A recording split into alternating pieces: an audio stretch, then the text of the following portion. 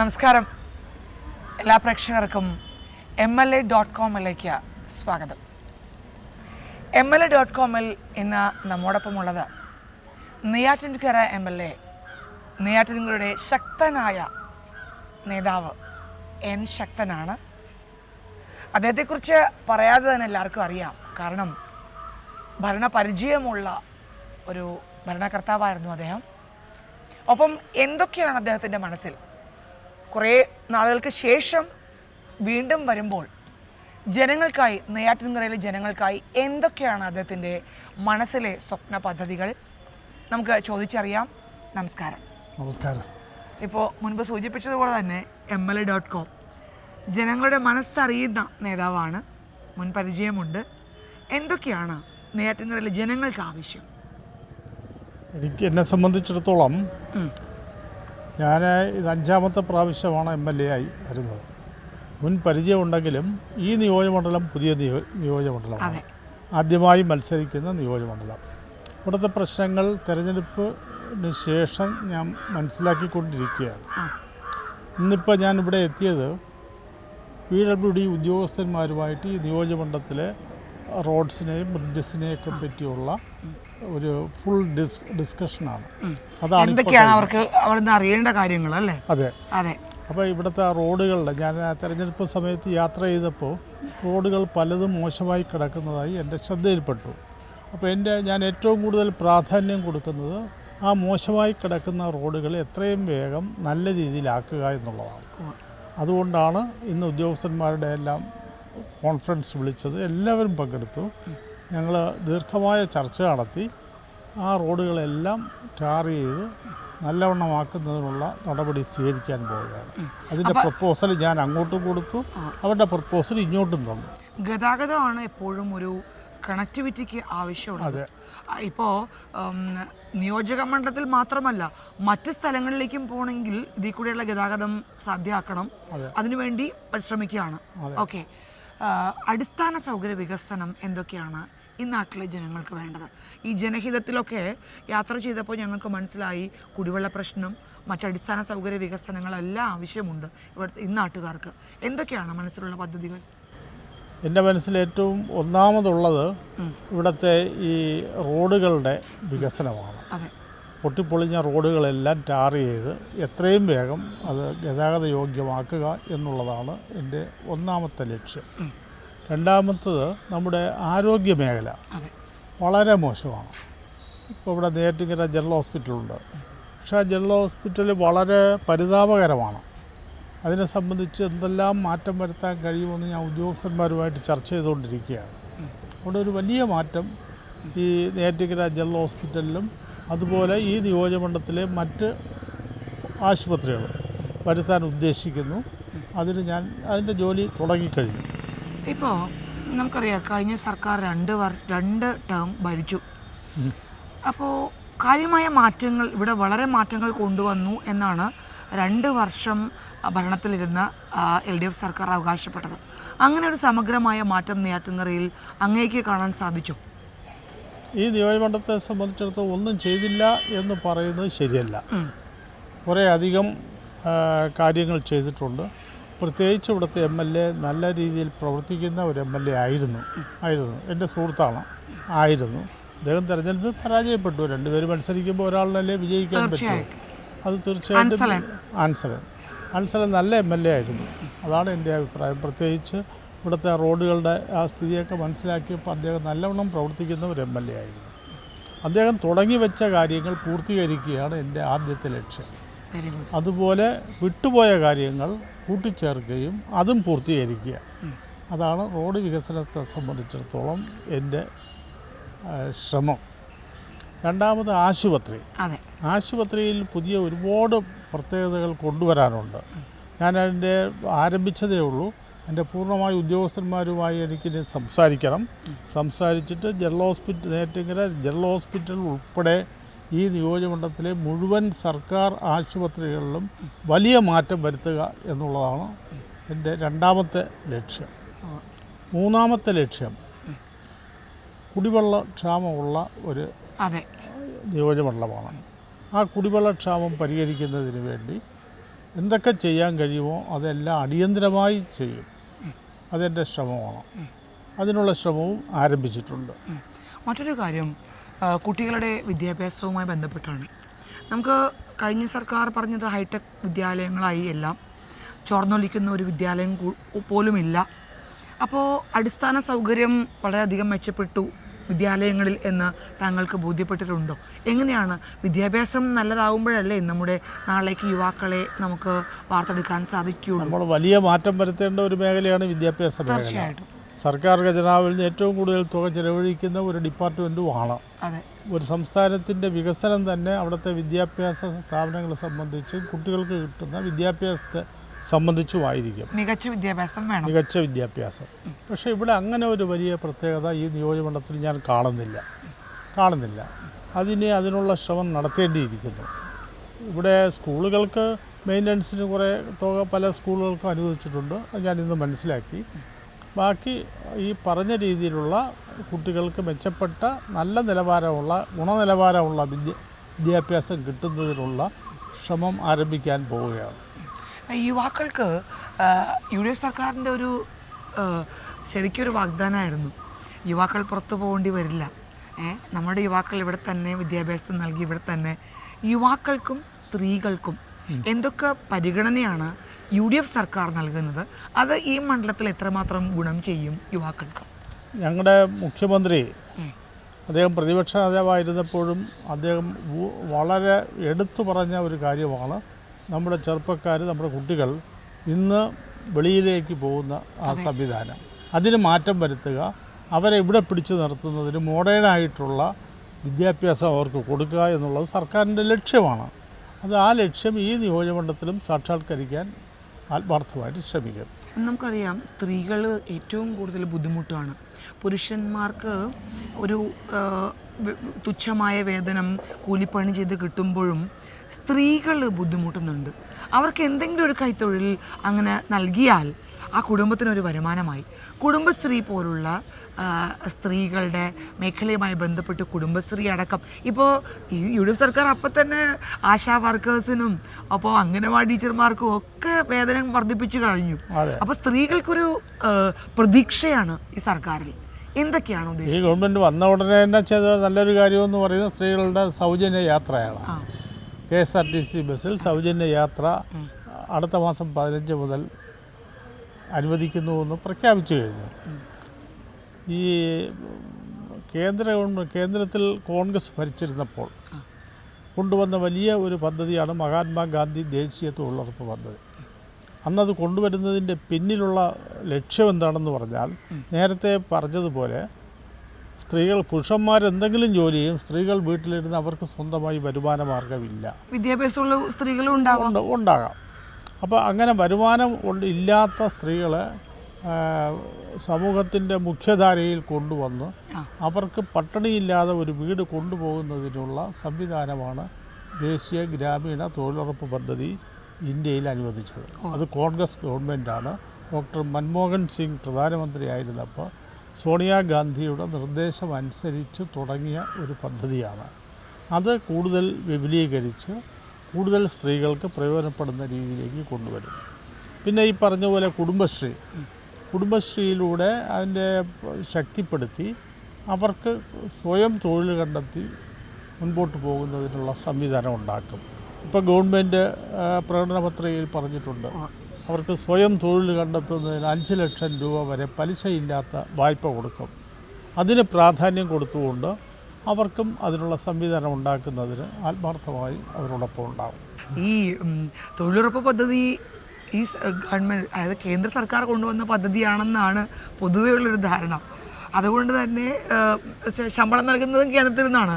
അവർക്ക് നല്ലൊരു വരുമാനം കൂടിയാണത്. പക്ഷേ പല സ്ഥലത്തു നിന്നും ഞങ്ങൾക്ക് കിട്ടിയൊരു അറിവ്, ഫീഡ്ബാക്ക്, ചില സ്ഥലങ്ങളിൽ പൈസ മുടങ്ങിക്കിടക്കുന്നതായി അറിവുണ്ട്. അതൊക്കെ മെച്ചപ്പെടുത്തുന്ന രീതിയിൽ കേന്ദ്ര ഗവൺമെൻറ്റുമായി സഹകരിച്ച് മുന്നോട്ട് പോകാനുള്ള പ്രവർത്തനങ്ങൾ കാഴ്ചവയ്ക്കുമോ? തീർച്ചയായും. ഗ്രാമീണ തൊഴിലുറപ്പ് പദ്ധതി, മഹാത്മാഗാന്ധി ദേശീയ ഗ്രാമീണ തൊഴിലുറപ്പ് പദ്ധതി കൂടുതൽ വ്യാപകമാക്കി കൂടുതൽ പുരോഗതിയിലേക്ക് കൊണ്ടുവരുന്നതിന് തീർച്ചയായും ഞങ്ങളുടെ ഭാഗത്തുനിന്ന് ശ്രമമുണ്ടാകും. ഒരു മുൻ മന്ത്രി എന്നുള്ളൊരു എക്സ്പീരിയൻസോട് കൂടിയാണ് ഈ രംഗത്തേക്ക് എത്തുന്നത്, തിരിച്ച് വരുന്നത്. കുറച്ച് ഗ്യാപ്പ് ഉണ്ടായിരുന്നു എന്ന് മാത്രം. 10 വർഷം അതൊരു ഗ്യാപ്പല്ല. എങ്ങനെയാണ് ആ ഒരു എക്സ്പീരിയൻസ് ഇവിടെ ഉപയോഗിക്കാൻ ഉദ്ദേശിക്കുന്നത്? എങ്ങനെയാണ് അത്? വലിയൊരു കാര്യമാണ്. മുൻ മന്ത്രി എന്നുള്ളൊരു അനുഭവ സമ്പത്തുണ്ട്. അപ്പോൾ അതെല്ലാം ഈ നാട്ടിലെ ജനങ്ങൾക്ക് ഉപകരിക്കുന്ന രീതിയിൽ എങ്ങനെയാണ് നടപ്പാക്കുന്നത്? നമ്മുടെ വികസന പ്രവർത്തനങ്ങൾ വളരെ വേഗം കൊണ്ടുവരുന്നതിന് ദീർഘനാളത്തെ നിയമസഭയിലെ എൻ്റെ പരിചയവും ഗവൺമെൻറ്റിലുള്ള പരിചയവും, ഞാൻ മന്ത്രി മാത്രമല്ല സ്പീക്കറുമായിരുന്നു.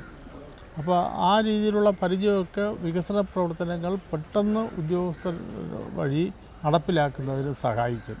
അതാണിപ്പോൾ തുടങ്ങിയത്. റോഡുകളുടെ കാര്യം കണ്ടിരിക്കുമല്ലോ, ഇത്രയും ഉയർന്ന ഉദ്യോഗസ്ഥന്മാരെ ഇവിടെ വിളിച്ചു വരുത്തി അവരുമായിട്ട് റോഡിൻ്റെ കാര്യം ഞാൻ ചർച്ച ചെയ്യായിരുന്നു.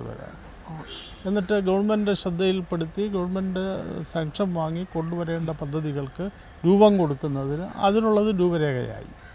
അപ്പോൾ അത്തരത്തിൽ ഒട്ടും കാലതാമസമില്ലാതെ നിയോജകമണ്ഡലത്തിൻ്റെ സമഗ്ര പുരോഗതിക്ക് വേണ്ടിയുള്ള പരിപാടി ആരംഭിച്ചു കഴിഞ്ഞു. ഇപ്പോൾ 5 വർഷം MLA ആയിരുന്നു. MLA ഫണ്ട് എല്ലാം വിനിയോഗിക്കുന്നതിന് പറഞ്ഞു തരേണ്ട കാര്യമില്ല. അതെല്ലാം വിനിയോഗിച്ച് അത് അത്രയും മതി എന്ന് തോന്നിയിട്ടുണ്ടോ? അതോ ഇനിയും ആവശ്യമുണ്ട്? ഒരു നിയോജക മണ്ഡലത്തിലേക്ക് വേണ്ട സാമ്പത്തിക സഹായം ലഭിക്കാറുണ്ടോ? മാത്രമല്ല, ഇനിയിപ്പോൾ ഒരു തടസ്സമില്ല. മറ്റത് LDF ഭരിക്കുമ്പോൾ ആനുകൂല്യങ്ങൾ കിട്ടാൻ ബുദ്ധിമുട്ടാണ്. ഇപ്പോൾ എല്ലായിടത്തും ഒരുമിച്ച് വന്നേക്കാണ്. ഇവിടെ കേരളത്തിലായാലും ഒരു ഗവൺമെൻറ് വരുമ്പോൾ അതെല്ലാം നേടിയെടുക്കാൻ എളുപ്പമല്ലേ? എങ്ങനെയാണ്? നല്ല സാമ്പത്തിക ബുദ്ധിമുട്ടിൽ കഴിയുന്ന ഒരു സർക്കാരാണ് ഇപ്പോൾ അധികാരത്തിൽ വന്നിരിക്കുന്നത്. കാരണം ഖജനാവ് ശൂന്യമാണ്. ഇനി ഈ പറയുന്ന നേട്ടങ്ങൾ സംസ്ഥാനത്ത് ഉണ്ടാക്കണമെന്നുണ്ടെങ്കിൽ ധനാഗമ മാർഗങ്ങൾ കൂടി കണ്ടുപിടിക്കണം. അത് തീർച്ചയായും മുഖ്യമന്ത്രിയുടെയും മന്ത്രിമാരുടെയും മനസ്സിലുണ്ട്. അത് പ്രാവർത്തികമാക്കണം. അതും കൂടി വന്നാൽ മാത്രമേ നമുക്ക് ഈ പറയുന്ന കാര്യങ്ങൾ ചെയ്യിപ്പിക്കാൻ കഴിയൂ. ഇപ്പം തന്നെ ഈ പ്രഖ്യാപിച്ച പരിപാടികൾ, ഇതിന് പുറമെ ഇനി അടുത്ത് പ്രഖ്യാപിക്കാൻ പോകുന്ന പരിപാടികൾ 2000 രൂപ പെൻഷൻ എന്നുള്ളത് 3000 ആക്കുന്നു. വലിയ സാമ്പത്തിക ബുദ്ധിമുട്ട് വരും, ബാധ്യതയാണ്. അതിനുള്ള ഫ്രീ സൗജന്യ യാത്ര ഇതൊക്കെ ഒരുപാട് സാമ്പത്തികമായി ചിലവുള്ള കാര്യമാണ്. അപ്പോൾ അതിൻ്റെ സോഴ്സ് കൂടെ കണ്ടുപിടിക്കണം. ആ സോഴ്സ് കണ്ടുപിടിക്കും. അതിനുള്ള വ്യക്തമായ പരിപാടി മുഖ്യമന്ത്രി അടക്കമുള്ളവരുടെ മനസ്സുകളിലുണ്ട്. അത് ശരിയായി വരുമ്പോൾ ഇതെല്ലാം ഭംഗിയായി കൊണ്ടുപോകാൻ കഴിയും. ഇത്തവണത്തെ UDF സർക്കാരിലെ താങ്കളുടെ പ്രതീക്ഷ എങ്ങനെയാണ്? ഇപ്പോൾ ഒരു മന്ത്രിസ്ഥാനം പ്രതീക്ഷിച്ചിരുന്നു, എങ്ങനെയാണ്? എനിക്ക് വ്യക്തിപരമായി മന്ത്രിസ്ഥാനം കിട്ടുന്നതിലല്ല, ഇവിടുത്തെ പ്രബലമായ 2 സമുദായങ്ങൾക്ക് മന്ത്രിസഭയിൽ പ്രാതിനിധ്യം കിട്ടിയില്ല എന്ന് പരാതിയുണ്ട്. തിരുവനന്തപുരം ജില്ലയിൽ 1 MLA ആണ് UDF ഉണ്ടായിരുന്നത്. ഇപ്പോൾ 7 MLA ഉണ്ട്. ആ 7 MLA കൊണ്ടുവരുന്നതിന് വോട്ട് ചെയ്ത വലിയ ഒരു വിഭാഗമുണ്ട്, വലിയ 2 വിഭാഗമുണ്ട്. ആ 2 പ്രധാനപ്പെട്ട സമുദായങ്ങൾക്കും മന്ത്രിസഭയിൽ ഇടം കിട്ടിയില്ല. അത് ജനങ്ങൾക്ക് നിരാശയുണ്ട്, നിയോജകമണ്ഡലത്തിലെ ആളുകൾക്കുണ്ട്, സമുദായ നേതാക്കന്മാർക്കും മേലധ്യക്ഷന്മാർക്കും പരാതിയുണ്ട്. എല്ലാ വിഭാഗങ്ങൾക്കും പരാതിയുള്ളതാണ്. അതിലെ ബെനിഫിഷ്യറി ഒന്ന് ഞാനായതുകൊണ്ട് ഞാൻ അതിനെപ്പറ്റി കൂടുതൽ പറയുന്നില്ല. തീർച്ചയായിട്ടും ഞങ്ങളുടെ യാത്രകളിലൊക്കെ ഞങ്ങൾ കണ്ടത് ലത്തീൻ സഭ പ്രത്യക്ഷമായി തന്നെ UDFന് പിന്തുണ നൽകി. അതെ, അങ്ങ് പറഞ്ഞതുപോലെ തന്നെ. പക്ഷേ അവർ പ്രതീക്ഷിക്കുകയും ചെയ്തിരുന്നു ഒരു മന്ത്രിയെ. അതുപോലെ തന്നെ നാടാർ കമ്മ്യൂണിറ്റിയും തീർച്ചയായും ഈ തിരുവനന്തപുരം ജില്ലയെന്ന് പറയുമ്പോൾ UDFനോട് പൂർണ്ണമായി നിന്ന ഒരു കമ്മ്യൂണിറ്റിയാണ് ഈ തിരുവനന്തപുരം ജില്ലയിലുള്ളത്. നാടാർ വിഭാഗം 7 MLA-മാരിൽ 6 MLA-മാർ ഈ സമുദായത്തിൻ്റെയും കൂടി വോട്ട് കൊണ്ടാണ് വിജയിച്ചത്. അപ്പോൾ അവർക്ക് നിരാശയുണ്ട്. അവർക്കൊരു പ്രതീതി ഇല്ല എന്നുള്ളത് പ്രത്യേകിച്ച് എടുത്തു പറയേണ്ട ഒരു വസ്തുത. UDF ഗവൺമെൻറ് എന്നെല്ലാം അധികാരത്തിൽ വന്നിട്ടുണ്ടോ അന്നെല്ലാം ഈ സമുദായത്തിന് മന്ത്രിമാരുണ്ടായിട്ടുണ്ട്. അപ്പോൾ ഇത്രയും ഒറ്റക്കെട്ടായി ആ സമുദായത്തിലുള്ള ആളുകൾ വോട്ട് ചെയ്തിട്ടും അവരുടെ പ്രതിനിധികളെ നിയമസഭയിൽ അയച്ചിട്ടും അവർക്ക് മന്ത്രിസ്ഥാനം കൊടുത്തില്ല എന്നുള്ള ആ സമുദായത്തിലുള്ള എല്ലാവർക്കും പരാതിയുണ്ട്. തീർച്ചയായിട്ടും. അപ്പോൾ ഇത് 6 MLA-മാരെ നിയമസഭയിൽ അയക്കുന്നതിന് വേണ്ടി ഒറ്റക്കെട്ടായി വോട്ട് ചെയ്ത സഭാവിഭാഗമാണ്. അതെ, സഭാവിഭാഗമല്ല, ജനങ്ങളാണ്. അതെ, ആ ഒരു സമുദായമാണ്. അതെ, സമുദായമാണ്. അതെ, സഭാവിഭാഗമുള്ള സമുദായമാണ്. അതെ, ഇത് നേതൃത്വത്തിൻ്റെ ശ്രദ്ധയിൽപ്പെടുത്തിയില്ലേ? അവർക്കറിയാവുന്ന കാര്യങ്ങളാണ് ഇതെല്ലാം. അതെല്ലാം ശ്രദ്ധയിൽപ്പെടുത്തിയിട്ടുണ്ട്, അവർക്ക് അറിയുകയും ചെയ്യാം. എന്തുകൊണ്ടാണ് താങ്കൾ കരുതുന്നത് അങ്ങനെ ഒരു പുതിയ മുഖങ്ങൾ വരുന്നു, അവർക്ക് നൽകുന്നു, സമുദായങ്ങളെ മാറ്റി നിർത്തുന്നു? എന്തുകൊണ്ടാണ് അങ്ങനെയെന്നാണ് താങ്കൾ? എനിക്കതിന് വ്യക്തമായി മറുപടി പറയാൻ കഴിയില്ല. കാരണം ഇതിന് ശേഷം ഞാൻ ബന്ധപ്പെട്ടവരാരെയും കണ്ടിട്ടില്ല. അതുകൊണ്ട് എന്തുകൊണ്ടാണ് ഇങ്ങനെ ഒരു മാറ്റി നിർത്തൽ ഉണ്ടായെന്നുള്ളത് എനിക്കറിയില്ല. അറിയാത്ത കാര്യത്തെപ്പറ്റി ഞാൻ പറയുന്നത് ശരിയല്ല. ഹൈക്കമാൻഡ് ഇടപെടൽ ഉണ്ടായിട്ടില്ലേ? ഇങ്ങനെ പട്ടിക ഹൈക്കമാൻഡ് അറിയാതെ ഗവർണർക്ക് സമർപ്പിക്കില്ലല്ലോ. ഇവിടുത്തെ സംസ്ഥാനത്തെ പിന്നെ UDF സഹായിക്കുന്ന സമുദായങ്ങൾ ഏതൊക്കെയാണ്, ഈ തെരഞ്ഞെടുപ്പിൽ സഹായിച്ചവരാരൊക്കെയാണെന്ന് ഹൈക്കമാൻഡ് അറിയണമെന്നില്ലല്ലോ. ഇപ്പോൾ ഞങ്ങൾ കഴിഞ്ഞ ദിവസങ്ങളിൽ കണ്ടൊരു കാഴ്ച, ലത്തീൻ സഭ അടക്കം രംഗത്ത് വന്നു. മുഖ്യമന്ത്രി ലത്തീൻ സഭ വക്താക്കളെ കാണാൻ ബിഷപ്പ് ഹൗസിലെത്തി. അങ്ങനെ ഒരു സംഭവം നാടാർ സമുദായ വിഭാഗത്തു നിന്ന് ഉയർന്നു വന്നിട്ടുണ്ടോ? ഉണ്ട്. പക്ഷേ TV ചാനലുകളുടെ മുമ്പിൽ ആരും പോയിട്ടില്ല. അത് ഈ സർക്കാർ നല്ല രീതിയിൽ പോകണം താല്പര്യമുള്ളതുകൊണ്ട് സർക്കാരിനെതിരെ പറയാൻ മടിയുണ്ട്, അതിന് താല്പര്യം കാണിക്കുന്നില്ല. അത് ശരിയാണ്. പക്ഷേ അതിൽ സമുദായങ്ങൾക്ക് അതൃപ്തിയുണ്ട്.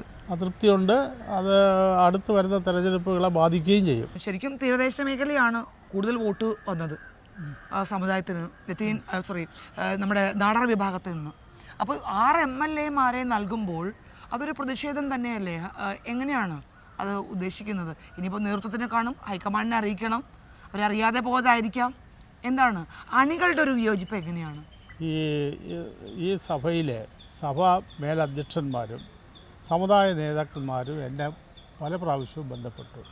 ഞാൻ അവരോട് പറഞ്ഞത്, എല്ലാം അറിയാവുന്നവരാണ് ഈ ഗവൺമെൻറ്റിന് നേതൃത്വം കൊടുക്കുന്നത്. അവരുടെ മുമ്പിൽ പ്രതിഷേധവുമായി പോകരുത്, കിട്ടിയില്ല എന്നൊരു പരാതിയുമായി പോകരുത്.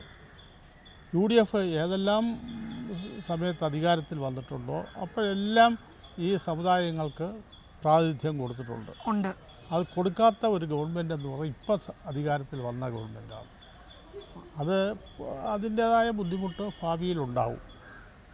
കഴിഞ്ഞ തെരഞ്ഞെടുപ്പിൽ ഈ പറയുന്ന നാടാർ സമുദായം UDF അനുകൂലമായിരുന്നില്ല, LDF നിന്ന ഒരു സമുദായമാണ്.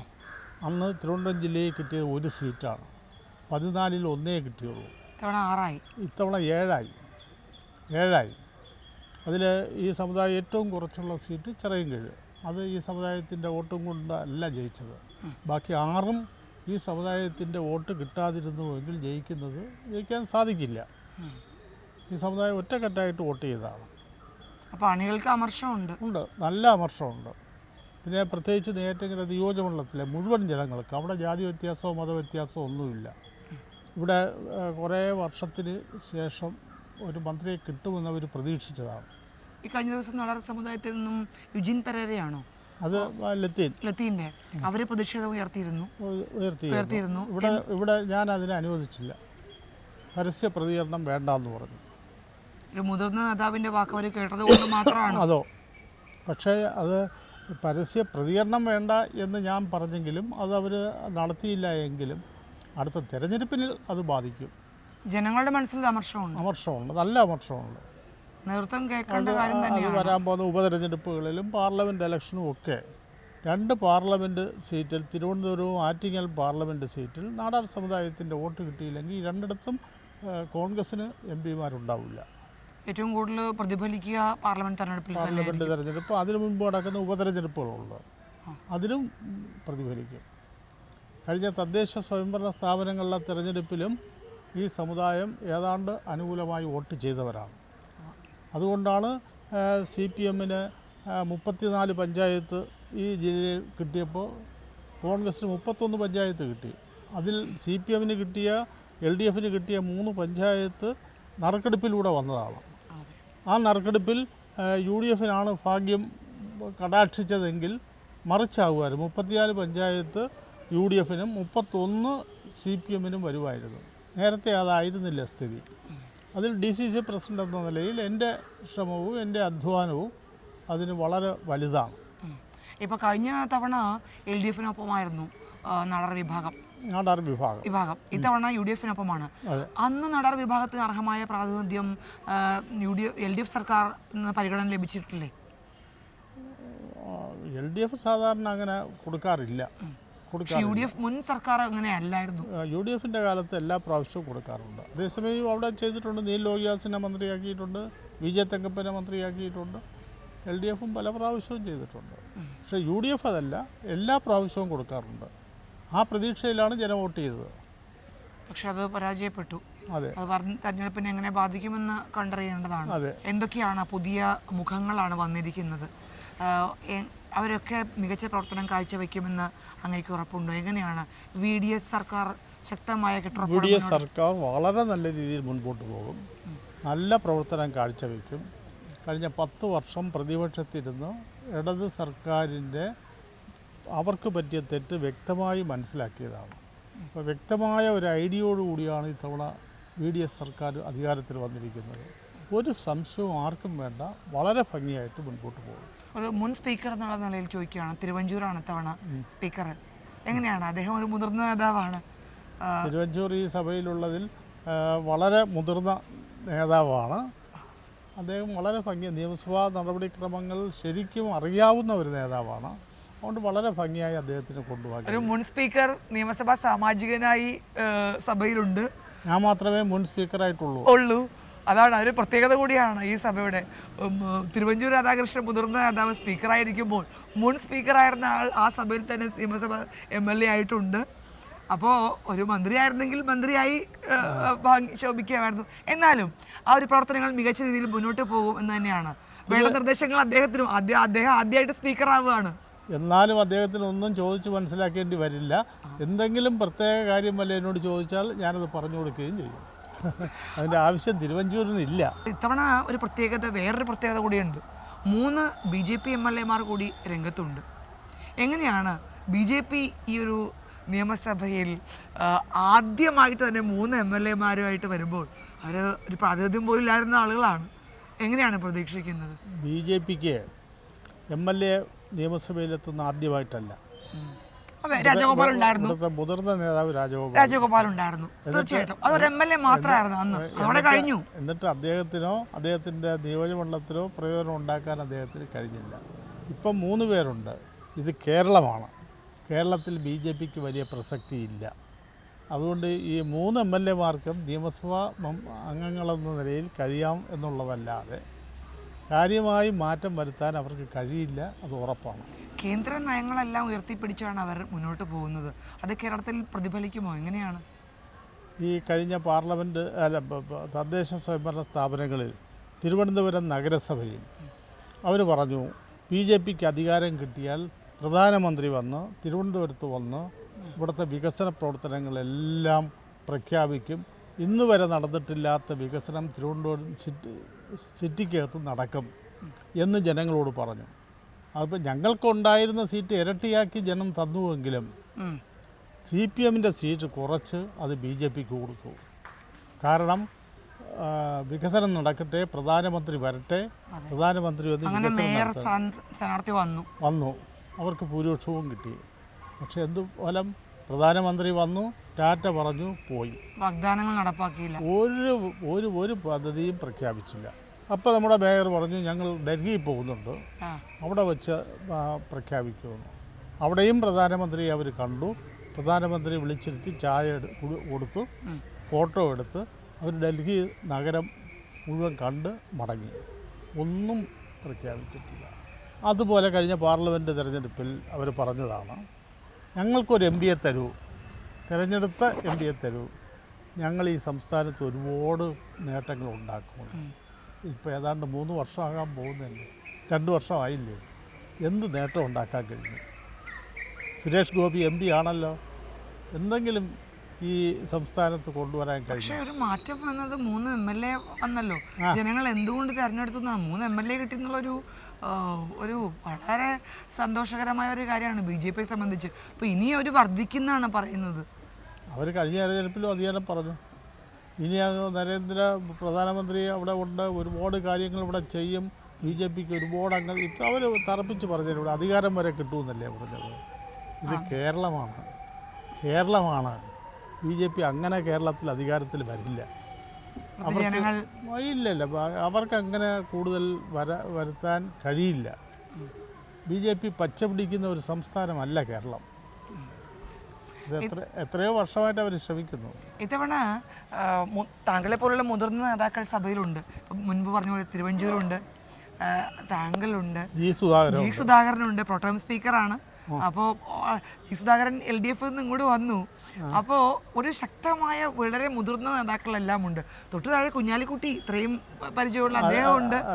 എല്ലാവരും കൂടി ചേർന്ന് പുതിയ MLA മുഖങ്ങൾ ധാരാളമുണ്ട്. ഇത്തവണ 102 സീറ്റല്ലേ, കൂടുതലും പുതുമുഖങ്ങളാണ്. നിർത്തിയ സ്ഥാനാർത്ഥി അഭിജിത്ത് അടക്കം ജയിച്ചു വന്നിരിക്കുകയാണ്. അവർക്കൊക്കെ നൽകാൻ കഴിയുന്ന സന്ദേശങ്ങൾ എന്തൊക്കെയാണ്? നിയമസഭാ നടപടികൾ നല്ലവണ്ണം പഠിക്കുക. നിയമസഭയിൽ പരമാവധി നിയമസഭാ സമ്മേളനം നടക്കുമ്പോൾ ഇരിക്കാൻ ശ്രമിക്കുക. ഉണ്ടാകണം. അതിനു പുറമെ നിയോജകമണ്ഡലത്തിലെ പ്രശ്നങ്ങൾ വ്യക്തമായി പഠിച്ച് അത് നിയമസഭയിൽ അവതരിപ്പിക്കാൻ കഴിയണം. വികസന പ്രവർത്തനങ്ങൾക്ക് പ്രാധാന്യം കൊടുക്കണം. അത് നിയമസഭയിൽ അവതരിപ്പിച്ച് അവ നേടിയെടുക്കണം. പുതിയ കഴിവുള്ള ഒരു ടീമാണ് വന്നിരിക്കുന്നത്. നല്ല ഭാവിയുള്ളതാണ്. ഇത്രയും MLAമാരെ 102 MLAമാരെ കിട്ടിയ UDF നല്ല രീതിയിൽ മുൻപോട്ട് പോകും. തീർച്ചയായും. ഇപ്പോൾ MLA.com-ൽ എൻ ശക്തൻ സർ പറഞ്ഞതുപോലെ തന്നെ ധാരാളം വികസന പ്രവർത്തനങ്ങൾ അദ്ദേഹത്തിൻ്റെ മനസ്സിലുണ്ട്. അതെല്ലാം പൂർത്തീകരിക്കാൻ സാധിക്കട്ടെ. ഒപ്പം മുതിർന്ന നേതാവായി പണ്ടത്തെ ആ ഒരു പാരമ്പര്യം, അനുഭവ സമ്പത്ത് കൂടി കൈക്കലാക്കിയതുകൊണ്ട് ഇനിയുള്ള പ്രവർത്തനങ്ങൾ ഈ നെയ്യാറ്റിൻകരക്കാർക്ക് വളരെയധികം പ്രയോജനപ്പെടുന്ന രീതിയിൽ തന്നെ മുന്നോട്ട് പോകുമെന്ന് അദ്ദേഹം പറയുകയാണ്. തുടങ്ങി വെച്ച മറ്റുള്ള ഒരു അസ്വാരസ്യപ്പെട്ടല്ല ആൻസർ മുൻ MLA ആയിട്ട് വളരെയധികം ക്ലോസ് ആണ്. അതൊരു പ്രതിപക്ഷ ഭരണ വ്യത്യാസമില്ലാതെ LDF UDF എന്ന വ്യത്യാസമില്ലാതെ അദ്ദേഹം നല്ല പ്രവർത്തനം കാഴ്ചവെച്ചു എന്ന് തന്നെ MLA പറയുകയാണ്. അപ്പോൾ അദ്ദേഹത്തിൻ്റെ കൂടെ തുടർ പ്രവർത്തനങ്ങൾ വളരെ നല്ല രീതിയിൽ മുന്നോട്ട് കൊണ്ടുപോകുമെന്നും എൻ ശക്തൻ നെയ്യാറ്റിൻകരക്കാർക്ക് ഉറപ്പ് നൽകിയാണ്. നമുക്ക് ആശിക്കാം വളരെ നല്ല പ്രവർത്തനം കാഴ്ചവെക്കും എന്ന്. നന്ദി, നമസ്കാരം. Thank you so much.